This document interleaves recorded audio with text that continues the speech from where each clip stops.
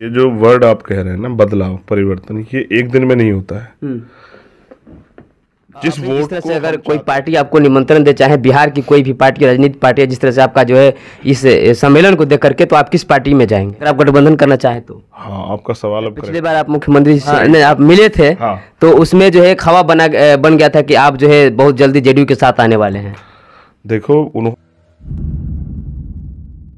और आप देख रहे हैं जनता की आवाज़ जनबोल खबर, और आज हम हैं बहुजन के शेर चंद्रशेखर आज़ाद रावण जी से मात्र ज़्यादा समय नहीं लेंगे, 2 या 3 मिनट लेंगे।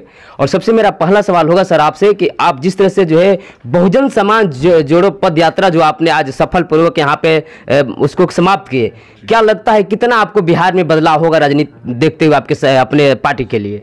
ये जो वर्ड आप कह रहे हैं ना, बदलाव, परिवर्तन, ये एक दिन में नहीं होता है। जिस वोट को हम चाहते हैं कि बहुजन समाज संगठित होकर आजाद समाज पार्टी को दे, वो वोट बड़ी मेहनत से मिली और उसकी अहमियत अभी लोग नहीं समझे।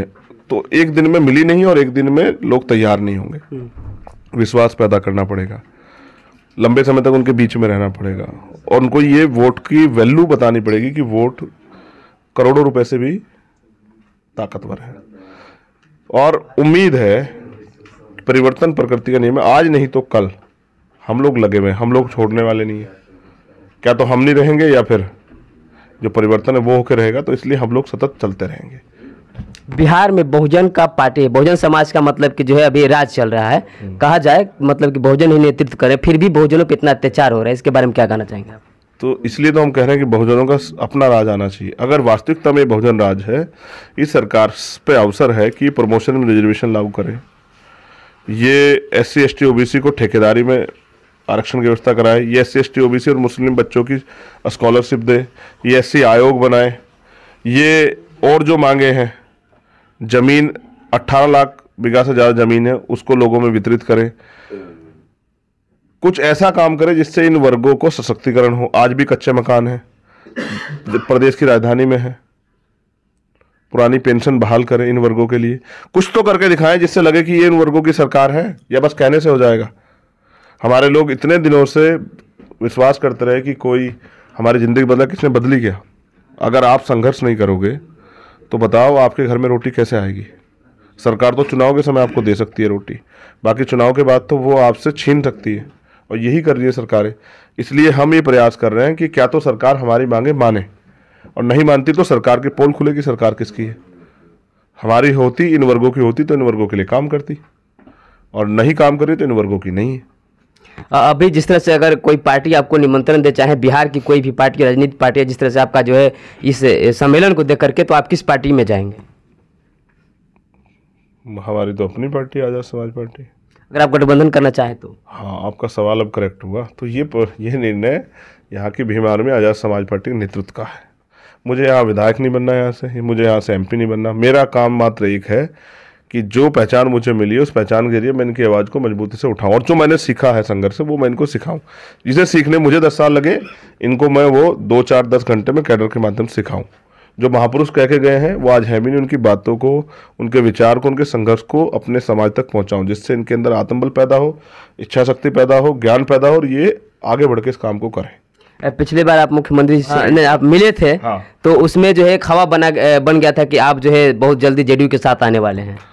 देखो, उन्होंने एक अच्छा काम किया था। उन्होंने भारतीय जनता पार्टी की निकम्मी सरकार से समर्थन वापस लेके, जैसे आपने कहा कि बहुजनों की सरकार उन्होंने बनाई, मैंने उनको बधाई दी। कोई अच्छा काम करेगा, आप भी अच्छा काम करोगे, आप करते भी हो, तो मैं आपका अप्रिशिएट करूँगा, आपका जो है मनोबल बढ़ाऊँगा। मैंने उनका मनोबल बढ़ाया जब मैं उनसे मिला कि भाई बहुत अच्छा काम किया आपने। अब वो अच्छा काम करेंगे तो मैं उनका मनोबल बढ़ाता रहूँगा, अच्छा काम नहीं करेंगे तो उनसे सवाल करता रहूँगा।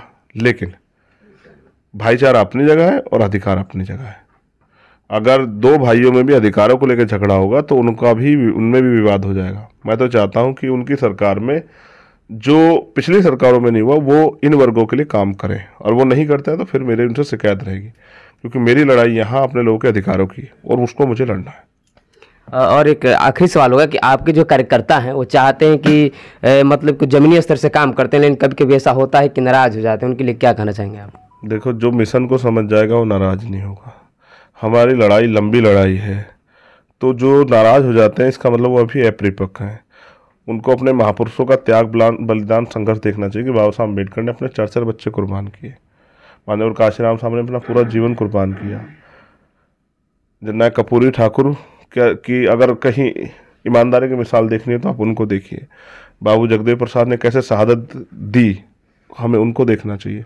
देश को आज़ाद कराने के लिए शहीद भगत सिंह ने किस तरह से अपने प्राणों का बलिदान दिया। तो जो लोग नहीं समझे हैं, नहीं तैयार हुए, और देखो नाराजगी भी अपनों में ही होती है। भाई हमारा समाज इतने लंबे समय से अपमानित होता रहा, अधिकारों से विहीन रहा, थोड़ा बहुत सम्मान मिला, वो सम्मान चाहते हैं। मैं सभी साथियों से अपील करूंगा, अपनी पार्टी के सभी नेताओं से, कि अपने कार्यकर्ता का सम्मान करें, डांटे भी गलती पे लेकिन प्यार भी करें, और उनका हाथ भी पकड़ के रखें, उनका मनोबल गिरने न दें।